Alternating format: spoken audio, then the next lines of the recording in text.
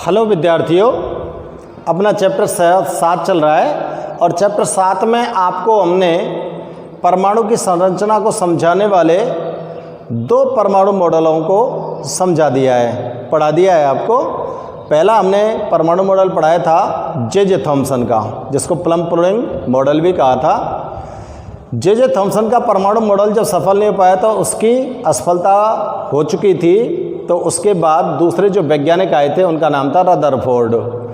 Rutherford ने एक स्वर्ण पत्र प्रयोग किया था अल्फा कण प्रकीर्णन के द्वारा, और इस प्रयोग के आधार पर उन्होंने कुछ प्रेक्षण प्राप्त किए, कुछ प्रेक्षणों से निष्कर्ष प्राप्त किए, और इन निष्कर्षों से प्राप्त परिणामों के आधार पर उसने अपना नाभिकीय परमाणु मॉडल प्रस्तुत किया था। रदरफोर्ड ने नाभिक की खोज कर दी थी। नाभिकीय परमाणु मॉडल जो प्रस्तुत किया है उस मॉडल के अंदर भी कुछ ना कुछ कमियां रह गई थी, क्योंकि वो परमाणु के अंदर इलेक्ट्रॉन की जो संरचना थी और उसका जो स्थायित्व था उसके बारे में रदरफोर्ड किसी भी प्रकार की कोई व्याख्या नहीं कर पाया था। फिर इसके बाद इन मॉडल की असफलता के बाद एक नए वैज्ञानिक आए, और तीसरे नंबर पर जो वैज्ञानिक आए उनका नाम है नील्स बोर। तो बच्चों, आज हम नील्स बोर के परमाणु मॉडल को यहाँ पर पढ़ने जा रहे हैं, ठीक है ना। तो रदरफोर्ड के परमाणु मॉडल की असफलता के बाद नील्स बोर ने उसकी कमियों को ध्यान में रखा, और उसकी कमियों को ध्यान में रखते हुए नील्स बोर के नाम के वैज्ञानिक ने हाइड्रोजन परमाणु का प्रतिरूप प्रस्तुत किया। किसका परमाणु मॉडल प्रस्तुत किया?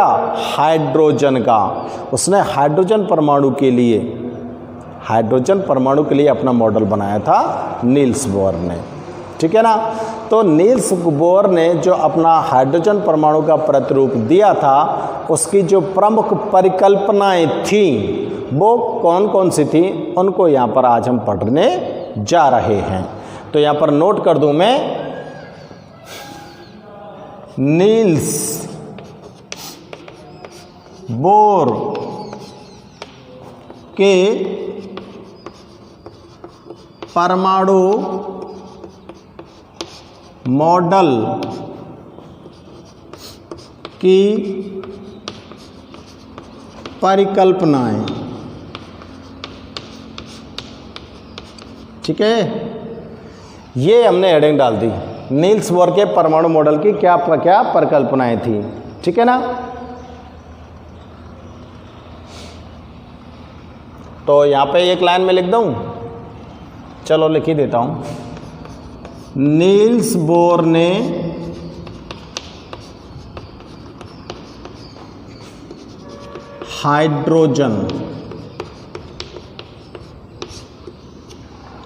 नील्स बोर ने हाइड्रोजन परमाणु की संरचना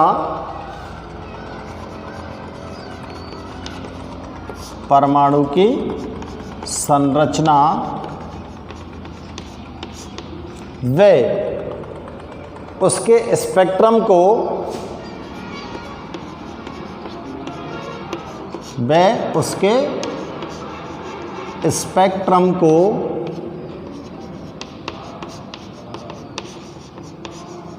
समझाने के लिए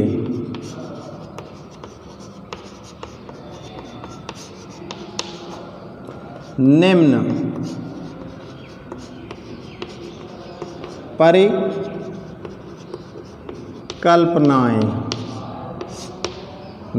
परिकल्पनाएं प्रस्तुत की, ठीक है। अब नोट करना स्टार्ट करते हैं, इसकी पहली परिकल्पना क्या थी। तो देखो,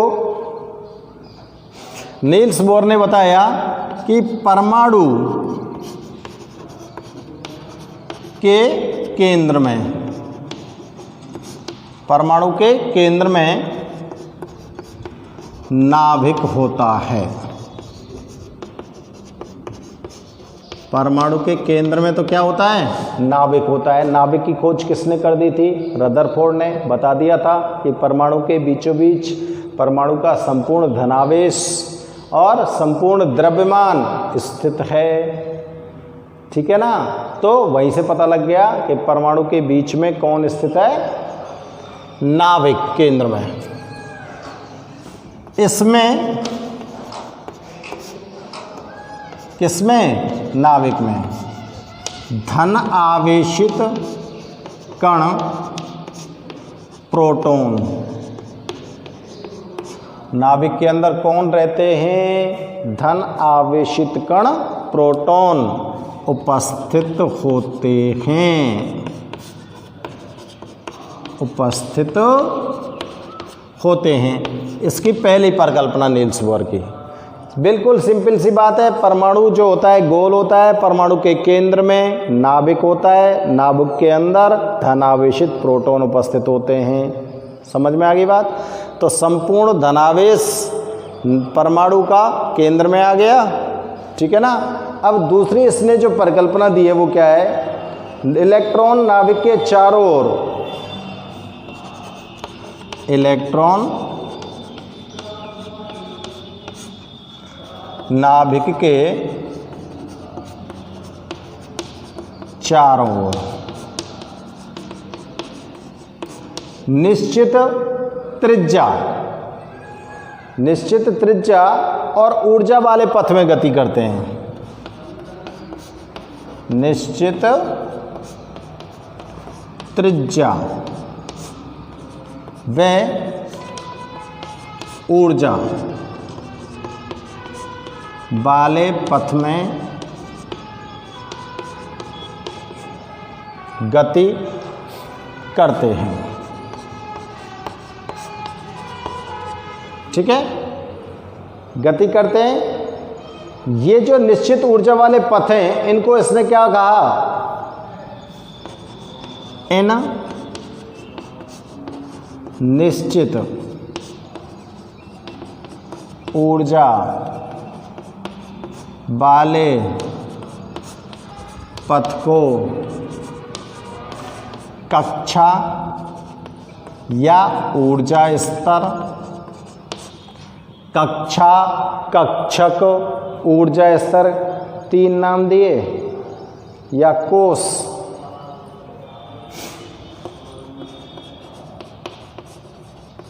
कहते हैं। भाई एनर्जी लेवल, ऑर्बिट्स या ऑर्बिट, ठीक है ना। ये तीन नाम हैं, या शब्द लगा के लिख सकते हैं। निश्चित त्रिज्या वाले और ऊर्जा वाले पथ को या तो कक्षा कह दो, या ऊर्जा स्तर कह दो, या फिर कोष कह दो, कच्छु ही नाम ले दो, तीनों में तो कोई से एक है। तीसरी परिकल्पना इसने दी है, जो ये कक्षाएं होती हैं, ये कक्षाएं होती हैं, जिन कक्षाओं के बारे में कह रहा है नील्स बोर, नाभिक के चारों ओर है, और इनमें कौन भाग रहे हैं, कौन चक्कर दे रहे हैं? इलेक्ट्रॉन, ठीक है ना। ये कक्षाएं नाभिक के चारों ओर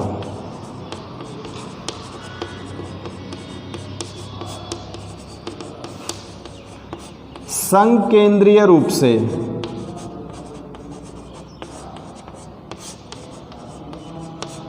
व्यवस्थित होती हैं।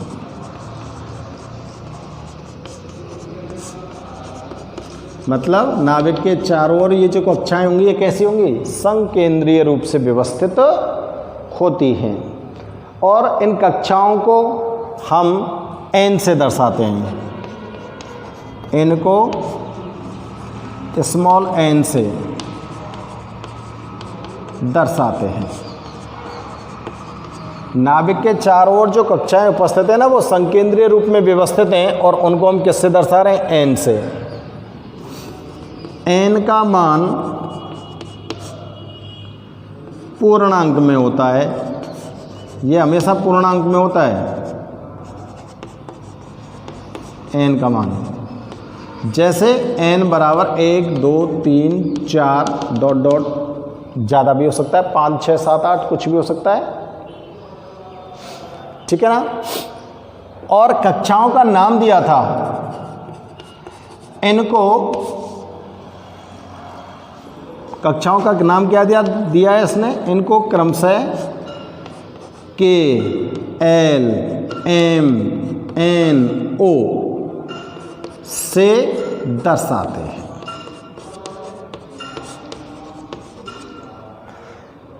समझ में आ रही है बात? देखो मैं यहाँ पे एक चित्र बना दूँ तैयार काज और उसमें समझो। ये जैसे नाभिक हो गया, परमाणु का केंद्र हो गया, ये केंद्र में नाभिक है, धनावेश हो गया। नाभिक के चारों ओर संकेंद्रीय रूप से इस तरह से कक्षाएं व्यवस्थित हैं। जो मैं गोला बना रहा हूँ ये सब क्या है? कक्षाएं। ये तो नाभिक है को, ई कक्षा पहली, ई दूसरी और ई तीसरी, ठीक है ना। अब अगर ई पहली कक्षा है तो n बराबर 1 है को, पहली, दूसरी, तीसरी, और अगर मैं खींचूँ चौथी तो n बराबर 4 है को, चौथी काज है, तीसरी काज है n बराबर 3 है को, दूसरी काज है n बराबर 2 है को। समझ में आ रही है बात? अब इनको हम किससे दर्शा रहे हैं क्रम से? KLMNO। तो देखो K कक्षा तो E है सबसे पहली, L E है, M E है, N E है, O आते पीछे आवेगी। तो n बराबर 1 है, पहली कक्षा तो कौन सी है? K, दूसरी है L, तीसरी है M, चौथी है N। समझ में आ रही बात? क्रम से इनको इस तरह से दर्शाते हैं। किसी परमाणु के चारों तरफ कक्षाओं का प्रदर्शन किस प्रकार से किया जाता है वो इस चित्र के माध्यम से आप ध्यान में रख सकते हो। अब इसकी देखते हैं हम अगली परिकल्पना को।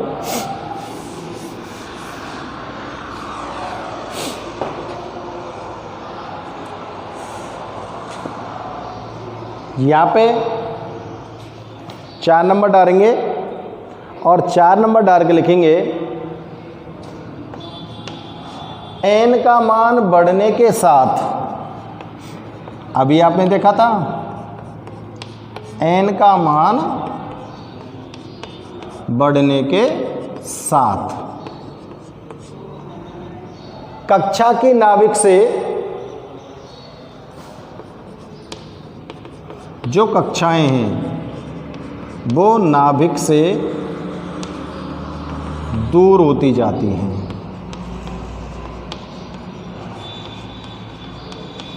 जैसे जैसे n को मान बढ़ता जाएगा कक्षाओं की नाभिक से दूरी बढ़ती चली जाएगी। अभी चित्र में बताया था मैंने तुमको। और कक्षा की नाभिक से दूरी बढ़ जाएगी तो साथ में क्या हो जाएगा? तथा उनकी ऊर्जा भी बढ़ती जाती है।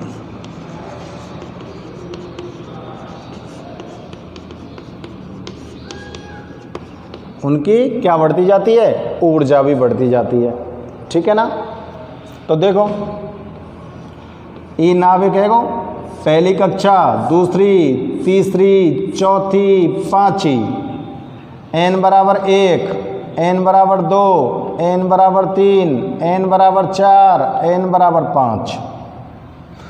n को मान बढ़ाते जा रहे हैं, नाभिक से कक्षा दूर होती चली जा रही है। समझ लेना ढंग से, नाभिक से कक्षा दूर होती जा रही है तो इन कक्षाओं की ऊर्जा भी बढ़ती जा रही है। अब बताओ इनके नाम रख दिए, जैसे हमने या को नाम K धर दियो, या को L, या को M, या को N, या को O, नाम भी रख दिए थे ना सबके हमने। अब बताइए मुझे सबसे कम ऊर्जा कौन सी कक्षा की है और सबसे ज़्यादा ऊर्जा कौन सी कक्षा की है? अरे जिसका n का मान सबसे कम है बाकी ऊर्जा सबसे कम है, और जाको n का मान सबसे ज़्यादा है बाकी ऊर्जा सबसे ज़्यादा होगी। तो सबसे कम ऊर्जा कौन की होगी? K की। सबसे ज़्यादा ऊर्जा किसकी होगी? O की।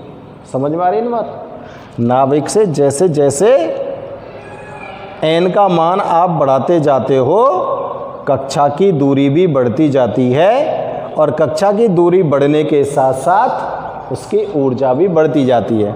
तो यहाँ मैं लिख दूँ, जाते तुमने ध्यान रहे,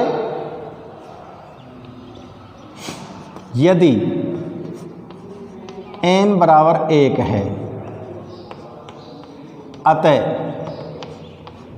K कोस, n बराबर 1 है तो कौन से कोस की बात कर रहे हैं हम? K की। K कोस की ऊर्जा सबसे कम है। समझ में आ गई कि ना ये बात? K कक्षा की ऊर्जा सबसे कम होगी कि नहीं होगी? ठीक है ना। अब हम अगली इसकी परिकल्पना को नोट करते हैं, लेकिन ये मेरे को अब मिटाना पड़ेगा, इसलिए आप वीडियो को पॉज करो और वीडियो को पॉज करके फटाफट से सारी परिकल्पनाओं को नोट कर लो। ठीक है, अगली परिकल्पना लिखते हैं। इन कक्षाओं में इलेक्ट्रॉन का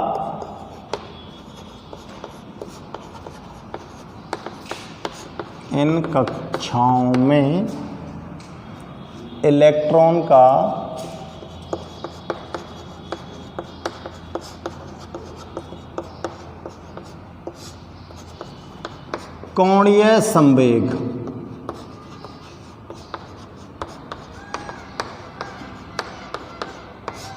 इन कक्षाओं के अंदर जो इलेक्ट्रॉन चलते हैं ना, उनका कोणीय संवेग MBR इक्वल टू NH/2 या तो कोणीय संवेग इतना है या फिर इसका गुणज होता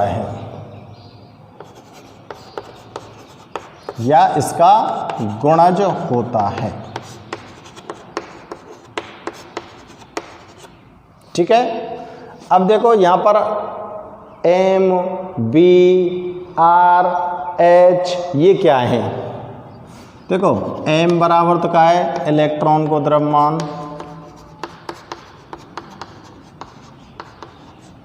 ठीक है। V क्या है? इलेक्ट्रॉन का वेग। V क्या होता है? इलेक्ट्रॉन का वेग।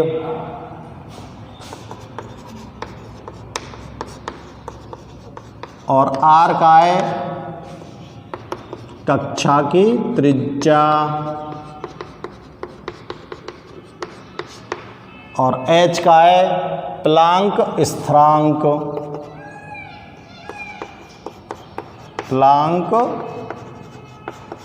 स्थिरांक। ये सबन के मान लिख दिए मैंने। M को क्या बोलेंगे, V को क्या बोलोगे, R को क्या बोलोगे और H को क्या बोलोगे। N का पता ही है, नंबर ऑफ ऑर्बिट्स है, यानी कि कक्षकों की संख्या है, ठीक है ना। अब इसका मतलब क्या है? इसका मतलब है कि इलेक्ट्रॉन केवल, भाई अगर किसी इलेक्ट्रॉन का कोणीय संवेग इतना है तो इसका मतलब क्या है? अर्थात इलेक्ट्रॉन केवल उन्हीं कक्षाओं में चक्कर लगा सकते हैं जिनका कोणीय संवेग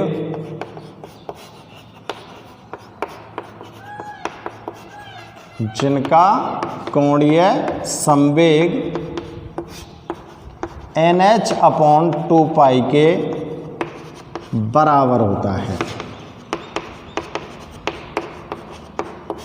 बोर कह रहा है इस बात को कि कक्षकों के अंदर इलेक्ट्रॉन चक्कर लगाते हैं, लेकिन यहाँ पर कंडीशन क्या है?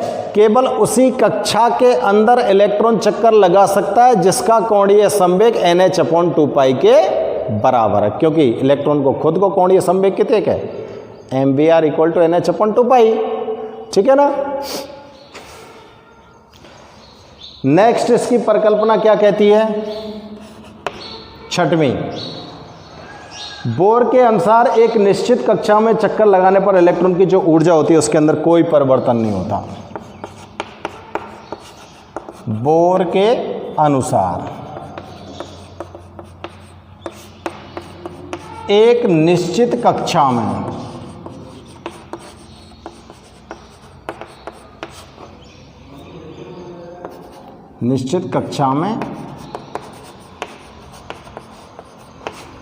चक्कर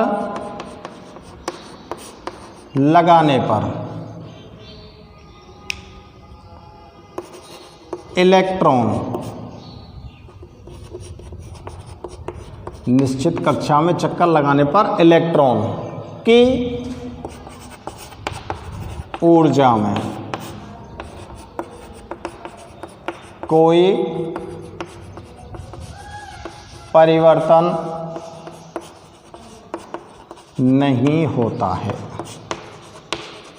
कोई परिवर्तन नहीं होता है। जैसे रदरफोर्ड के परमाणु मॉडल में ये बात आई थी ना कि भाई अगर कोई कक्षा में इलेक्ट्रॉन चक्कर लगा रहा है तो वो चक्कर लगाता हुआ इलेक्ट्रॉन विकिरण ऊर्जा उत्सर्जित करेगा।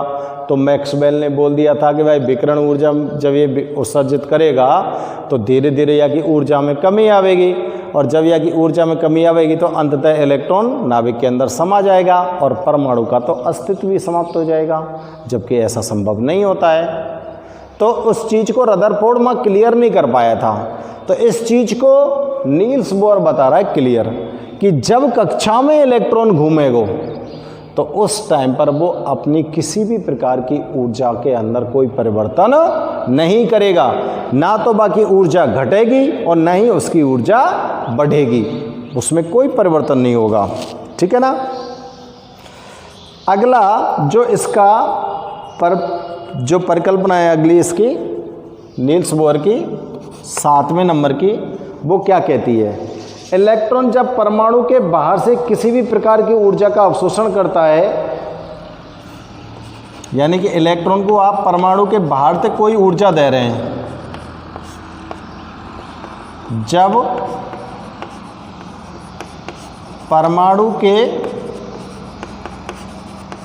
बाहर से कोई ऊर्जा का अवशोषण करता है। समझ में आ रही है बात? आप परमाणु के बाहर से इलेक्ट्रॉन को ऊर्जा दे रहे हैं तो वो इलेक्ट्रॉन क्या होगा? उत्तेजित होगा। तो वह उत्तेजित होकर उच्च ऊर्जा स्तर में चला जाता है। यानी कि एक कक्षा नीचे की कक्षा से उठ के कहाँ चले जाएगा? ऊपर की कक्षा में। और अगर इलेक्ट्रॉन द्वारा ऊर्जा का उत्सर्जन किया जाता है और यदि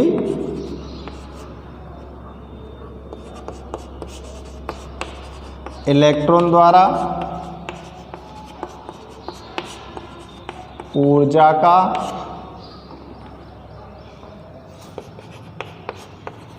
उत्सर्जन किया जाता है,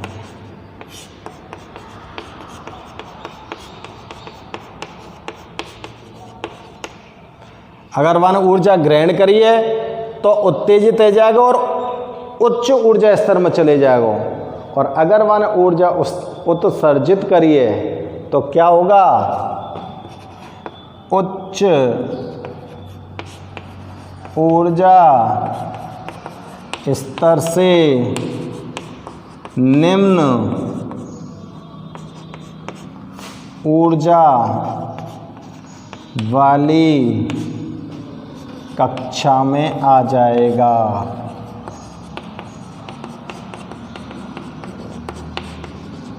निम्न ऊर्जा वाली कक्षा में आ जाएगा। ठीक है ना।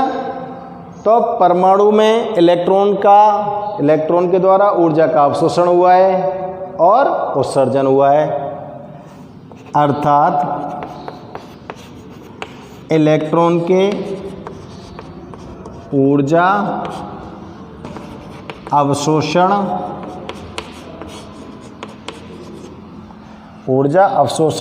व उत्सर्जन से एक स्पेक्ट्रम प्राप्त होता है रैखिक।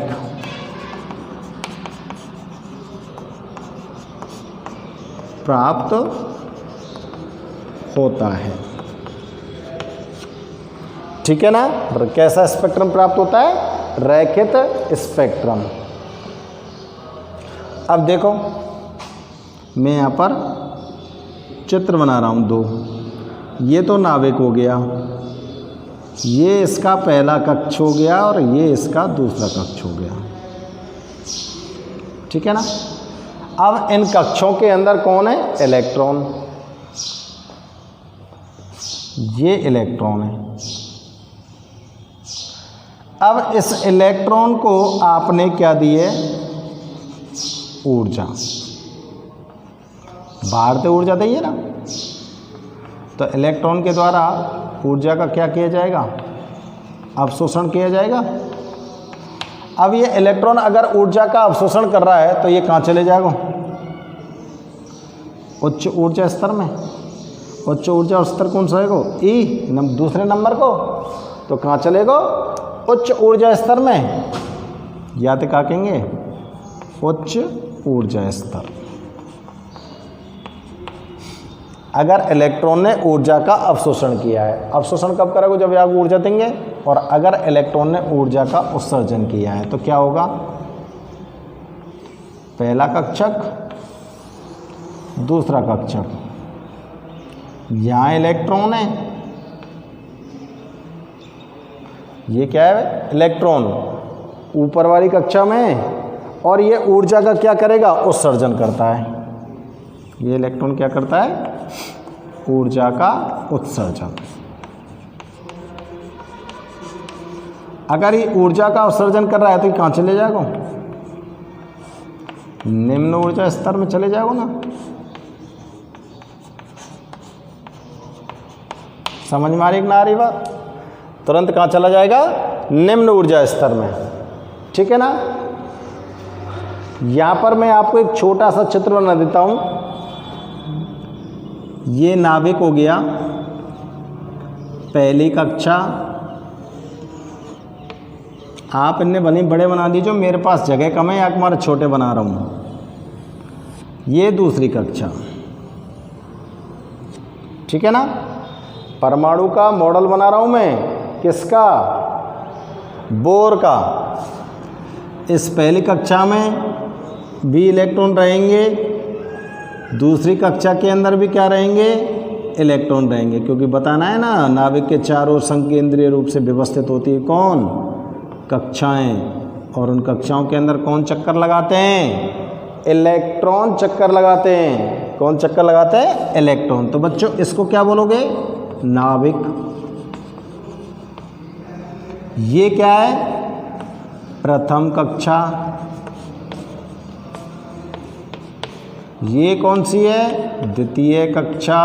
या के ऊपर कौन सी आ जाएगी? तृतीय कक्षा। बा के ऊपर चतुर्थ कक्षा। तो ये वाला जो चित्र है इसको आप नील्स बोर के परमाणु मॉडल के चित्र के रूप में बना सकते हो।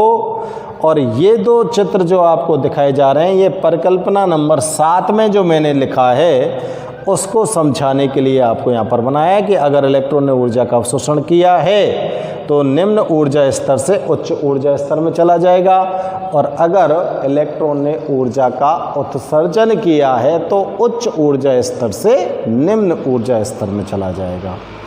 तो नील्स बोर के द्वारा जो हाइड्रोजन का परमाणु मॉडल समझाया गया था, यानी कि परमाणु मॉडल को समझाने के लिए इसने अपनी ये 7 परिकल्पनाएं प्रस्तुत की हैं, और प्रत्येक 7 परिकल्पना के अंदर 7 में से हर परिकल्पना को आपको यहाँ पर हमने एक्सप्लेन किया है, और ये परिकल्पनाएं हमको ध्यान में रखनी हैं। और प्रत्येक परिकल्पना में आप लोग चेक कर सकते हो, सारी चीज़ों को हमने यहाँ पर क्लियर करके आपको लिखा है। ठीक है ना। तो इस प्रकार से नील्स बोर का ये परमाणु मॉडल दिया गया था। आप लोग वीडियो को पॉज करके इसको फटाफट से नोट कर लीजिए। लेकिन आपको यहाँ पर एक जानकारी और बता देता हूँ कि नील्स बोर ने ये जितनी भी परिकल्पनाएं प्रस्तुत की हैं, इसके बावजूद भी परमाणु मॉडल को पूरी तरह से संतुष्ट नहीं कर पाए। अर्थात नील्स बोर के इस परमाणु मॉडल के अंदर भी कुछ कमियां रह गई थीं, इसलिए इस मॉडल को भी सर्वमान्यता नहीं मिली।